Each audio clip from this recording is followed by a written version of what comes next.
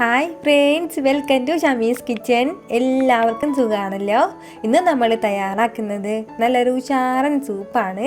അപ്പോൾ വീഡിയോയിലേക്ക് പോകുന്നതിന് മുന്നേ നമ്മുടെ ഈ ഷമീസ് കിച്ചൻ ചാനൽ ഇതുവരെയും സബ്സ്ക്രൈബ് ചെയ്യാത്തവരുണ്ടെങ്കിൽ, അല്ലെങ്കിൽ ഇത് ആദ്യമായിട്ടാണ് കാണുന്നതെങ്കിൽ പ്ലീസ് ഒന്ന് സബ്സ്ക്രൈബ് ചെയ്തേക്കണേ. ആ ഷമീസ് കിച്ചൻ്റെ തൊട്ടടുത്തുള്ള ചുമന്ന ബട്ടൺ ഒന്ന് ക്ലിക്ക് ചെയ്യുക. കൂടെ തന്നെ തൊട്ടടുത്തുള്ള ബെല്ലൈക്കൻ കൂടി. ബെല്ലൈക്കൻ ക്ലിക്ക് ചെയ്യുമ്പം ഓൾ തന്നെ പ്രസ് ചെയ്യണം. എങ്കിൽ മാത്രമേ ഞാൻ അപ്ലോഡ് ചെയ്യുന്ന വീഡിയോസിലാണ് നിങ്ങൾക്ക് കറക്റ്റായിട്ട് നോട്ടിഫിക്കേഷൻ ലഭിക്കത്തുള്ളൂ. എന്നാൽ ശരി, നമുക്ക് ഇനി വീഡിയോയിലേക്ക് പോകാം. അപ്പോൾ നമ്മുടെ ഈ സൂപ്പ് തയ്യാറാക്കാൻ വേണ്ടിയിട്ട് നമുക്ക് മെയിനായിട്ട് വേണ്ടത് തക്കാളിയാണ്. ഞാനിപ്പോൾ ഒരു 4 തക്കാളി എടുത്തിട്ടുണ്ട്. കൂടെ തന്നെ കുറച്ച് വെളുത്തുള്ളി അല്ലി കൂടി. അപ്പോൾ നമുക്ക് പെട്ടെന്ന് തന്നെ തയ്യാറാക്കി തുടങ്ങാം. ഇതിന് വേണ്ടിയിട്ട് ഒരു പാൻ അടുപ്പത്തേക്ക് വെച്ചിട്ടുണ്ട്. ഇതിലേക്ക് നമുക്ക് 1 ടീസ്പൂൺ അളവിൽ ബട്ടർ ചേർത്ത് കൊടുക്കാം. ബട്ടർ ഉണ്ടെങ്കിൽ ബട്ടർ തന്നെ ചേർത്ത് കൊടുക്കണം. ഇല്ലാന്നുണ്ടെങ്കിൽ മാത്രം നമുക്ക് വെളിച്ചെണ്ണ ചേർത്താലും മതിയാവും. ഇതൊന്നും ചൂടായി കഴിഞ്ഞാൽ പിന്നെ നമുക്കിതിലേക്ക് വേണ്ടത് ഒരു 2 ഏലക്ക, 3 ഗ്രാമ്പു, കൂടെ തന്നെ ഒരു അല്പം വയനയില കൂടി. അപ്പോൾ ഇത് ഇത്രയും ചേർത്തിട്ട് ചെറുതായിട്ടൊന്ന് വഴറ്റി കൊടുത്തതിന് ശേഷം പിന്നെ നമുക്കിതിലേക്ക് ചേർക്കേണ്ടത് 1 ടീസ്പൂൺ അളവിൽ ചെറിയ ജീരകമാണ്.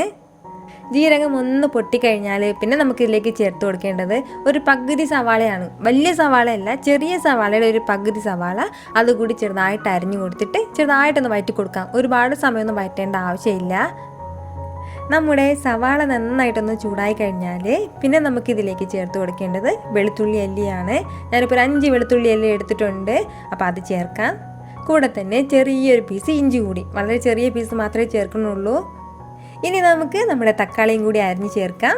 പിന്നെ കൂടെ തന്നെ ഞാൻ എപ്പോഴും പറയുന്നതാണ്, തക്കാളിക്ക് കുറച്ച് കളർ കിട്ടാൻ വേണ്ടിയിട്ട് ചെറിയൊരു പീസ് ബീട്രൂട്ട് കൂടി ചേർക്കാം നമുക്ക്.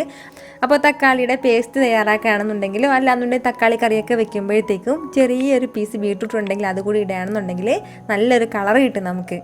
ഇനി തക്കാളിയെല്ലാം നന്നായിട്ട് ഒന്ന് വെന്തിട്ട് വരട്ടെ. തക്കാളിയെല്ലാം നന്നായിട്ടൊന്ന് വെന്ത് കഴിഞ്ഞാൽ പിന്നെ നമുക്കിതിലേക്ക് ചേർത്ത് കൊടുക്കേണ്ടത് ഒരല്പം മല്ലിയിലയാണ്. വളരെ കുറച്ച് മാത്രമേ നമ്മൾ മല്ലിയില ചേർക്കണുള്ളൂ. കൂടെ തന്നെ ചെറിയൊരു പച്ചമുളക് കൂടി. അപ്പോൾ ഈ പച്ചമുളക് ഓപ്ഷനിലാണ്, വേണമെന്നുണ്ടെങ്കിൽ മാത്രം ചേർത്താൽ മതിയാവും. വളരെ ചെറിയൊരു പച്ചമുളകാണ് ഞാനിപ്പോൾ ഇതിലേക്ക് ചേർക്കുന്നത്. എന്നാലും നന്നായിട്ട് എരിവ് ഉണ്ടാവും. അപ്പോൾ എരിവ് കുറച്ച് മതിയെങ്കിൽ പച്ചമുളക് നമുക്ക് സ്കിപ്പ് ചെയ്യാം, പ്രശ്നമൊന്നുമില്ല.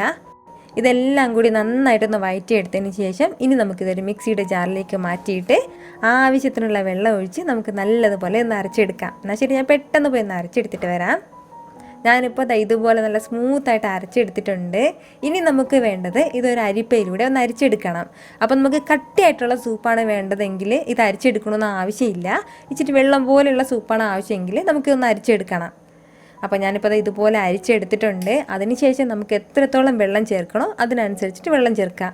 ഒരുപാടൊന്നും വെള്ളം ചേർക്കാൻ പറ്റില്ല. ഒരു 2 കപ്പ് അളവിൽ വെള്ളം വരെ നമുക്കിതിലേക്ക് ചേർക്കാം.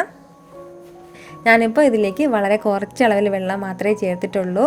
അപ്പോൾ നമ്മുടെ സൂപ്പെല്ലാം നന്നായിട്ടൊന്ന് തിളച്ച് കഴിയുമ്പോഴത്തേക്കും പിന്നെ നമുക്കിതിലേക്ക് ചേർക്കേണ്ടത് 1/2 ടീസ്പൂൺ അളവിൽ കുരുമുളക് പൊടിച്ചതാണ്. അപ്പോൾ നമുക്ക് ഈ കുരുമുളക് പൊടിച്ചത് ചേർക്കണത് സ്കിപ്പ് ചെയ്യാൻ വേണ്ടിയിട്ട് പറ്റില്ല.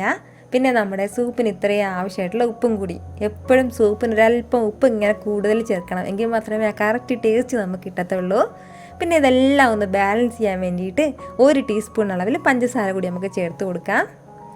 ഇതെല്ലാം ചേർത്ത് കൊടുത്തു കഴിഞ്ഞാൽ ഫൈനലി നമുക്കൊരല്പം മല്ലിയില കൂടി ചേർത്ത് കൊടുത്തു കഴിഞ്ഞാൽ നമ്മുടെ സൂപ്പർ ടേസ്റ്റി ആയിട്ടുള്ള തക്കാളി സൂപ്പ് റെഡി ആയിട്ടുണ്ട്.